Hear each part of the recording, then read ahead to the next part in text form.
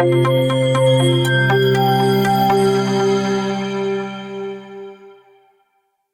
everyone, welcome back. This is Dr. Sumit again, and I'm your SME for Oral and Maxillofacial Surgery on behalf of Medi Study Go. So this is part 2 of the orbital fractures lecture, where as I promised I'm going to tell you about the ophthalmic complications in orbital fracture and maxillofacial trauma. So as you can see on the screen over here, this particular diagram tells you about the functions of various extraocular muscles. So the superior rectus is responsible for superior movements of the eye, inferior rectus is responsible for the inferior and inferolateral movements, the lateral rectus for the lateral movements, medial rectus for the medial movements, and inferior oblique and superior oblique for superolateral and inferolateral movement of the eyes respectively. So these muscles are totally responsible for the movement of the eyeball or the globe within the orbital socket, correct? But if anything happens to these muscles, that is for example entrapment, for example if there is a fracture in the orbital skeleton, these muscles might get themselves entrapped within the bony fragments. How so? Please have a look. So this is a sagittal section of the orbit right over here. So let's consider this as the most commonly fractured wall, that is the floor of the orbit or the inferior wall. So this is exactly how the globe is positioned. This is the optic nerve entering the optic canal over here, and this is the inferior rectus muscle which I have just made right over here in this striated pattern. So if there is a fracture in any of these segments in the orbital floor, this muscle happens to get entrapped in these fragments at the orbital floor. Now what exactly does it do? It will restrict the inferior and inferolateral movement of the globe, but all the muscles are connected to a single structure, that is the globe. So even if one muscle happens to get entrapped, the entire eyeball has restricted movements. And how does that affect your vision?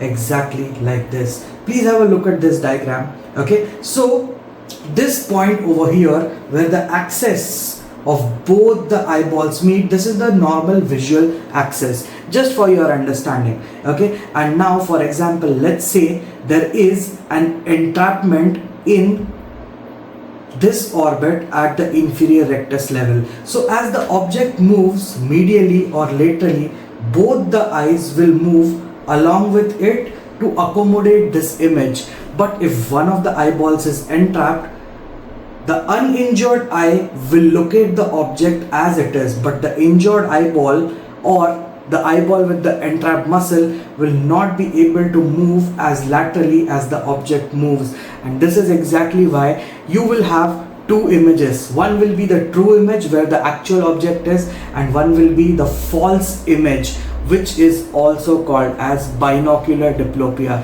So the diplopia or double vision, if it happens because of these entrapped muscles and both the eyes, it's called a binocular diplopia. And if you have something which leads to injury to the lens, cornea, iris or the globe, it leads to something called as monocular diplopia, which happens because of injury to any of the cardinal structures inside the globe. So technically speaking, monocular diplopia is obviously more dangerous than the binocular diplopia. Alright, this is exactly what it looks like. So imagine an object in front of this person, and then that object is moved in all directions, superolateral, inferolateral, superior, mediolateral. So all the 8 to 9 directions this object is moved, and finally when you try to move this object superiorly, there will be entrapment. So there will be image formation which is false. So the correct eyeball which is moving, the uninjured eyeball will see the image over here, but this injured eyeball will probably see the image somewhere over here at this side.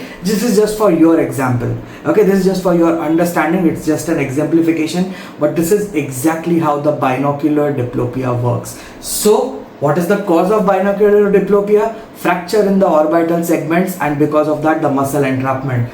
How do you treat it? You treat it by loosening out, or you treat it by releasing the muscle from the entrapped fracture fragments. That is surgical management of the orbital fractures. What are the various reasons for diplopia? Muscle entrapment, Hemorrhage. So as I said, if there is hemorrhage inside the orbital cavity, that leads to a compartment syndrome, which might lead to compressing of any of these muscles, which might lead to a limited mobility, or which might hamper the mobility of any of these muscles, which might lead to diplopia. Displacements of bony fragments or bony margins, fat herniation, and post-traumatic fibrosis. The other neurological lesions could be nuclear and supranuclear lesions, cavernous sinus damage, and injury to cranial nerve 3, cranial nerve 4, and cranial nerve number 6. Now, how do you treat this and how do you diagnose this? So, let's say you take the patient under general anesthesia, you have treated the orbital fracture, you have placed a mesh as explained in the previous lecture. But how do you make sure that that mesh is in place and the muscle is still not entrapped? You want to make sure the muscle is released from the fracture fragments, right? How do you make sure of that?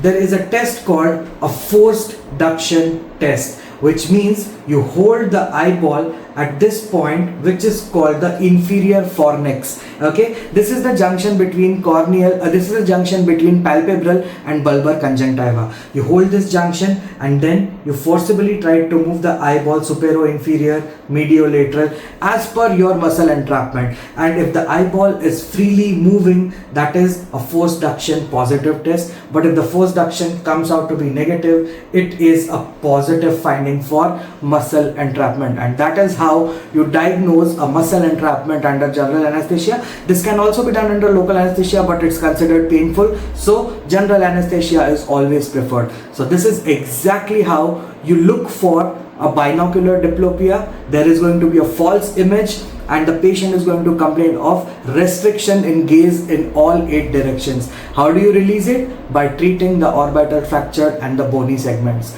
On that note, thank you very much, and I'm going to see you guys again with another series of lectures. Thank you.